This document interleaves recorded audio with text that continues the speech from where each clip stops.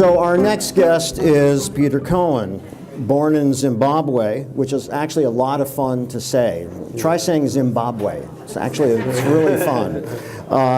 He's based in Los Angeles, and Peter began designing his timeless, elegant clothing back in 1983. Peter's designs combine sophistication with a minimalist sensibility, and delicate and fluid materials are crafted into beautifully simple cuts and elegant shapes designed to flatter the female form, which is a lot of you in here tonight. Peter sells in fine stores and upscale retailers online, and RTW is one of his first accounts, and their relationship and friendship continues to this day. Please welcome Peter Cohen. Thank you. Thank you. So I'm going to start the same way, and then continue the same way, and then we'll end the same way. And if we had known you when you were a kid, would we have seen any indication of what you're doing now? I credit my interest or my concern for fashion, like about being a little neurotic. I was very sensitive to clothes. Like if my shirt was a half-inch short, it drove me crazy. I could feel my pant legs. So I had a relationship to clothing that was a little heightened, So I was a little uptight, maybe. So that's how it began. It took a way to process some of that.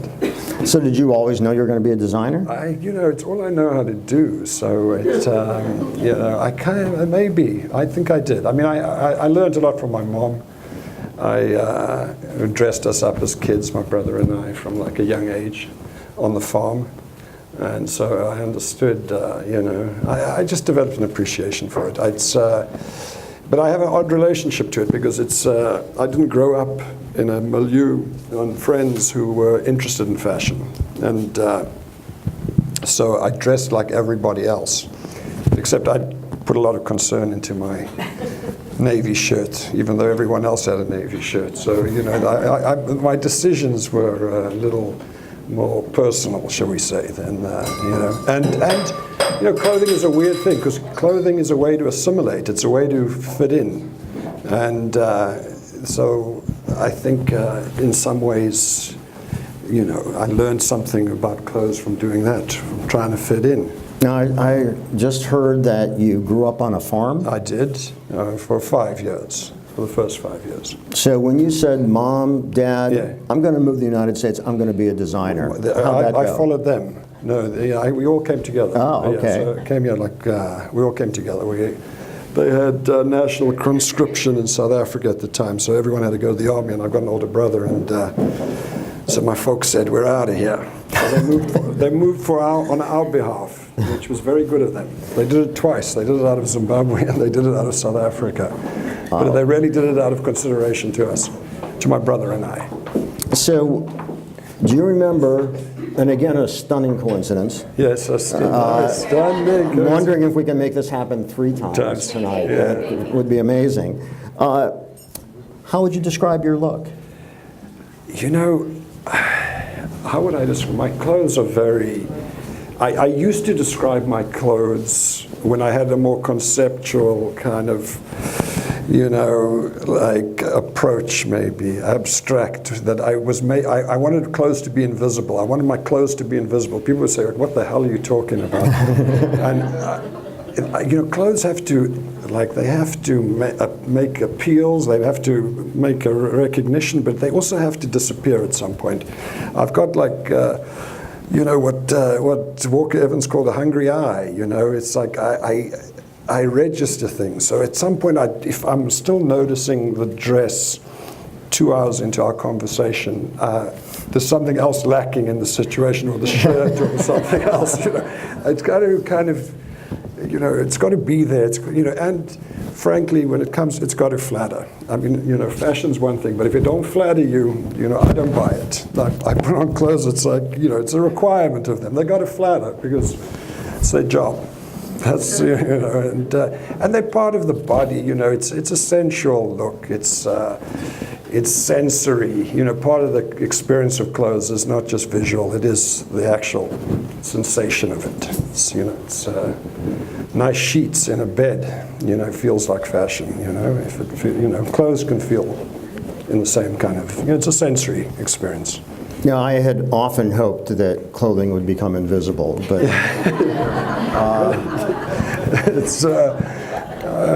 well, you know, you don't want the clothes to get the credit at some point. You want the full effect. You don't want to know the secrets. I don't want to know the parts at some point. I just want to know. I want to just see the vision. I like to buy into the whole thing rather than the individual parts. You know. So, you know, it's very timeless what I do. My ambitions as a designer is to design something that endures the ravages of time and fashion. And you know, if I make something that one season looks good and the next season it looks particularly of a moment, I kind of regret it. I mean, I don't regret it, but the pieces that still look good again and again and again are more successful for me, you know, in terms of my goals as a designer. Because you know, I think I seek to just become a staple, which is what's happening, and I think I've become a bit of a staple around here, you know, where it becomes part of somebody's wardrobe, you know, and that's really, those are my other ambition when I started as a designer was to design something like the Levi jacket, you know, or a Hanes T-shirt, something that became part of the vernacular, something that became part of what people wore in a general way, and looked different on everybody, like a Levi jacket. It takes on the identity of the person. I don't recognize my clothes on people sometimes. I'm like, God, you look nice. And they're like, oh, it's your skirt.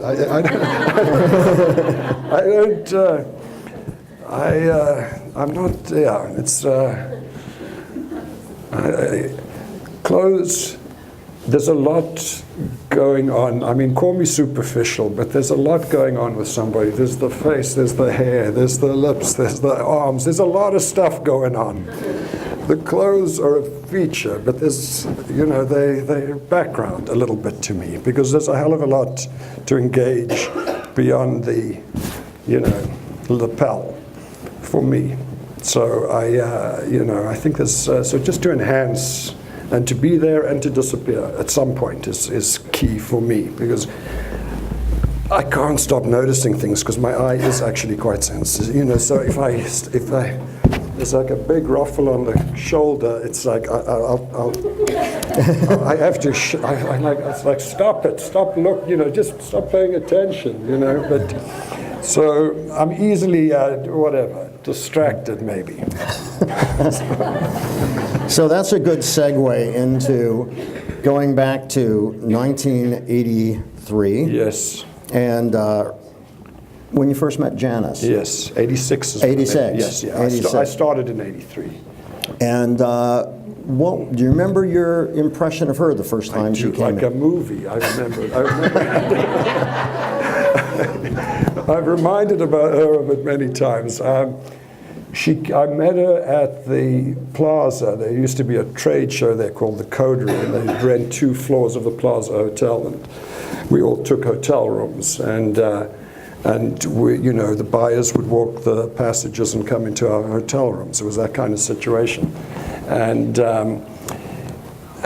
Janice came in with her friend Suzanne Sklar, who had a store in Chicago, and they were buddies, and she just left another showroom, and she came in and she was amused by something, and like as she can get amused by something, it can amuse her for quite a while. And so the whole time she just left, and this woman had said to her, was showing her a collection, and said, "This is a sweater." So she comes in, and she's like, she's like, "This is a sweater." And I'm showing her, and she's like, "That is a tank top." And she's kind of like jesting, but she's also like incredibly focused. She's registering everything like quite clearly. I mean, very clearly. And I also can tell, you know, appreciating what she's seeing. And and I remember what I sold her: linen and velvet, navy velvet skirts with linen hems, and she, you know, bought it, and I mean, it goes back a long time. I mean, it goes back, I don't know, I was, you know, it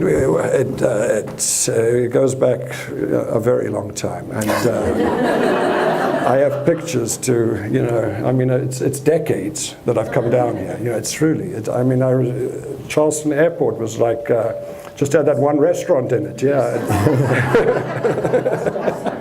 Bus stop, it was a bus stop. You used to walk to the plane, didn't you? I mean, it wasn't that long ago. One of my strengths as a designer is I make timeless things, but it's, what makes you is what breaks you. I have no sense of time. The 30, 40 years have gone by, and I haven't really recognized them. I know what you mean. I have aged, but I haven't matured. I've actually, as long as as long as it hasn't gone down. It has. So, talking about longevity. Yes. What do you credit the longevity of RTW to?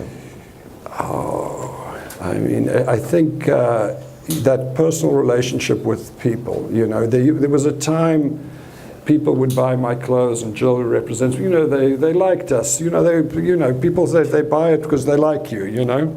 And there's a bit of a. It's not. You don't take it as the biggest compliment. You want the stuff to stand on its own grounds. But I come to the point where the fact that there is a connection is a huge plus. And it actually is an important part of it. That over the years I've developed friendships with people through the stores. And that there's a connection that, they've worn my clothes to highly important events in their lives, weddings, bar mitzvahs, funerals, the afterlife. And so these are hugely significant moments in people's lives. And this connects you in a way that obviously, there's a customer I had in another store who's had 3 kids, and the second had been married, and the husband saw me one night and he said, I've got to tell you, and there was huge weddings, and he said, and I know it's not entirely true, but he said, the moment my wife got your dress, everything was smooth. Up till then it was bedlam. So, so it plays some part in these events, and I value that a lot, because these are major events in people's lives that they wear my clothes to. And Janice is, I don't know, Janice, has geared what I do to what, she understands her customers, the city, what's relevant here. There's clothes have context, and, some clothes, you look, a ball gown at a barbecue is maybe the most beautiful ball gown in the world, but it's not the context. If you wore New York, like street black clothes in Charleston, you'd look, silly. And so understanding what people, that's connected to it also to people's real lives, that they wear it on a regular basis is important to me. They wear it, as Bernie Hood said once, she said, what did she say? She just needs some Peter Cohen, the rest you can work out.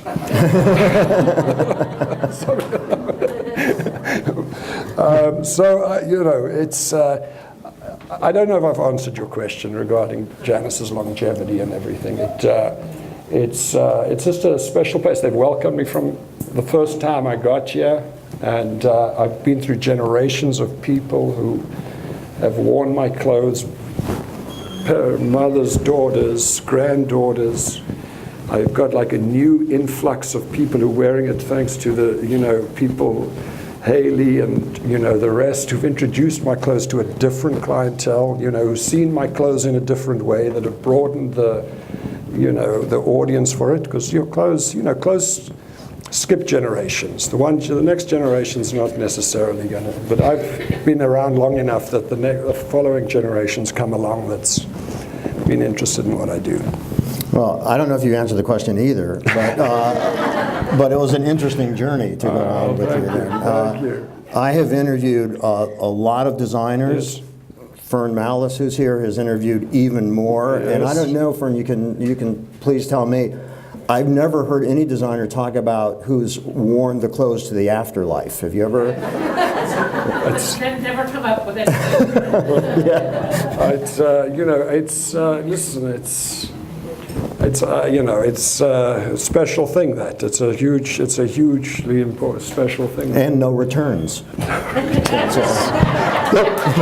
I won't elaborate. There was maybe a switch, but not a return. What is there about the in-store experience? You know, you sell on very high-end online companies. I sell through stores, through online. Right. And so what is unique about being in an actual store? And how important is that to you as a designer? I think it's important to me as a designer.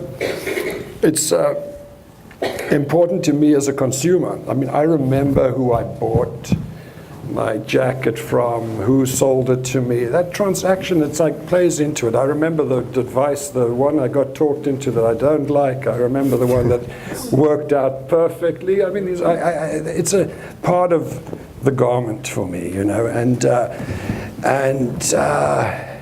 you know, it's. I'm also, because you know, I'm happy to go into a change room and have people show me stuff at this point. You know, I used to want to see everything on the rack, but now it's like, I'll try it and then maybe I like it, you know, and so there's an interaction there that I enjoy, and I understand it as a very important one that a store like RTW does, because you know, you get to see stuff. You might not choose it, you know. I heard earlier today that, you know, sometimes they show my clothes and they're like, yeah, that's a little boring, but they're like, try it on. And they're like, oh, I like it. So sometimes it requires a little bit of that push, so we say. So. Well, Janice has trouble with that. Absolutely, totally. Absolutely. I know some story, you know, it's a off-topic story. It's a tourist story. I make clothes for Barbara Streisand, and she's also a tourist. So I called Janice up and I said, listen, I'm going to see Barbara Streisand. You know, give me some pointer, you know, tourists, like what do I need to know? So she said, well, if you've got to get it right the first time, because if you don't get it right the first time, it's but if you get it right the first time, she'll try anything. And so I was like, oh God, this is pressure. But sure enough, it's exactly what happened. I put a lot of thought into the first thing, and she liked the first thing, and an hour later she was trying to get into things that, you know, that didn't work. So but if I'd screwed it up on the first step, that would have been a lost deal. So it's, I think, I don't know, it speaks a bit, I think it's good advice for anybody who wants to see Janice. Make a good impression first, and then she's very generous afterwards. So I'm going to ask you a few rapid-fire questions, Yes. and I want just short personal answers from you. What are the elements of good design? What are the, oh God, you know, just that something's been resolved, something's been, the decisions, you know, the clothes, you know, I design garments. So for me, it's a designed object. More so than fashion, I design clothes. And you know, if they're interestingly resolved, the way they get put together, you know, those are all elements for you know, good design. And I think a little bit also the ability to morph on different people is an important thing, because certain things can be very fixed and they are what they are. And I think good design can take on the characteristics of what somebody, you know. So how would you define good taste? You know, like leaving something to the imagination. I don't like, because, you know, it's a language it's a sign language, fashion. So you understand a lot about somebody and from seeing how they dress. And I personally don't want to know their whole aesthetic. I just don't want to get the whole, I want to, you know, it's, you can leave half the story out for me. You know, I'm fine with that. So you know, but there's so many forms of good taste, you know, and certainly I, you know, appreciate, you know, extreme versions of it, you know, and but it's not really my you know, strong suit. You know, it's, but you know, good design is like when you're driving past some like vintage store, and for some reason there's a like a bedside table, and it's 40 years old, and there's something about it that still looks new, that still looks relevant, that doesn't look dated, that's kind of survived being fixed from its time. I mean, that's the sort of design I'm attracted to, the stuff that does become relevant again and again and again, as opposed to embodying a certain moment. You know? What is creativity? Creativity, it's you know, finding solutions. It's finding solutions. It's thinking of interpreting things. I go to South Africa regularly. I have a place, then people say, oh, it must inspire you when you're there. I don't think for a minute. You know, being creative means converting one thing into another thing, and for me. And when I'm there, I see. I've got that my brain doesn't churn that way. I'm just happy to just be looking out, being a whatever, a witness, a grain, you know, just being there. So yeah, creativity. But it's a language, man. It's a way to communicate. It's a way we try and connect as well. I mean, it's and clothes keep us connected. They keep us connected. I know I'd lose my grip on time if I stopped being involved in fashion, you know? It's what keeps you contemporary. It keeps you connected. You wear the same clothes for 5 years. You're going to feel adrift. You're going to feel like you're still 5 years ago. You know, you know, I'm sensitive to clothes. What is fashion? What is fashion?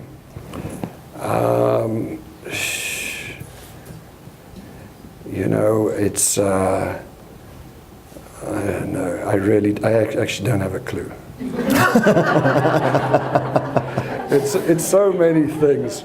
I mean, it's something new to the eye. It's something that challenges views. I mean, and there is a life of fashion that is very important and relevant, that changes changes cultural views, changes like cultural tastes, and that's a very like you know, challenging and wonderful part of fashion, and a vital part of fashion. It's not necessarily something I'm involved in doing, but it's a great side to fashion, and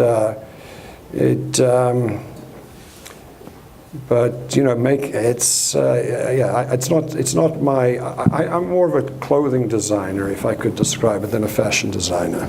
I mean, I really love clothes.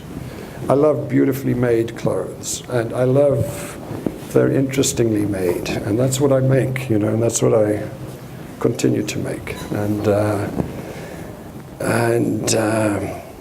you know, it's. And that I've come here, and people have bought my clothes for so many years and worn them. It's like it's kind of amazing. You're nodding enthusiastically. Have you been buying Peter's? Yeah. Yeah. I don't know what I would have done through my life without your clothes. I'm kidding you. And by the way, my mother has on your clothes in the afternoon. I know that. I know that story well. I know. Another first. Another first. That was. I mean, she loved your clothes, and I love your clothes, and I can tell you my next generation daughter is already loving your clothes. Incredible. Who's this age? So. Yeah. That's, you know, it's amazing. It is amazing. I mean, it's you know, I've been at it a long time. I'm jogging behind Janice. You know, I'm like it's been 35 years, I think. So it goes back some time. But anyway, so yeah, and what is style? I see there. I'm reading your, what is style? What is style? It's, you know, I'm more a one-on-one person than I am I'm not really great in a crowd. And I think my clothes are much the same way. They're not spectacle clothes, but for the right context, the right moment, the right lighting, the right situation, they're very good. They're more interactive and they come to life in that kind of circumstance, you know. So if they let you down in those moments, then they don't. Then their style, you know, the fashion or the style is secondary. They bless you. So any questions for Peter?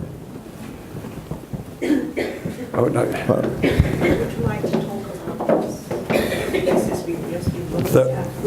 They are satin. One is a color called Scotch, and the other one is a gray ore, Stuart. And they are signature pieces of mine. The blouse is cut out of one piece of fabric. The whole thing, it's draped, and the one's got sleeves. And one is a custom skirt for Janice, which is the 6x6 skirt. And both of the skirts are, yeah, and made exclusively for RTW. And they're two pieces. I mean, I don't know if you like dress. I mean, they're perfect outfits, but they also could work separately, you know. And I don't know if you dress. Do you wear the same clothes in the same way each time, or do you mix them up when you wear them? Mix them up. Yeah. Well, that's kind of the only way. You don't know how you're going to feel on any given day, and How your face is going to look. And how your face is going to look, and how your chemistry is. You may not, that color may not look good on you that day, you know, so you've got to be able to shuffle the deck, and so it's a bit of a deck of cards that you can play with, and you know, without that involvement from the wearer, it's like, what's the fun? If the outfit's like, here's the outfit, wear it, it kind of takes you out of the equation as the wearer of clothes. You know, the fun is to mix it up and, you know, wear it whatever, backwards. Yes.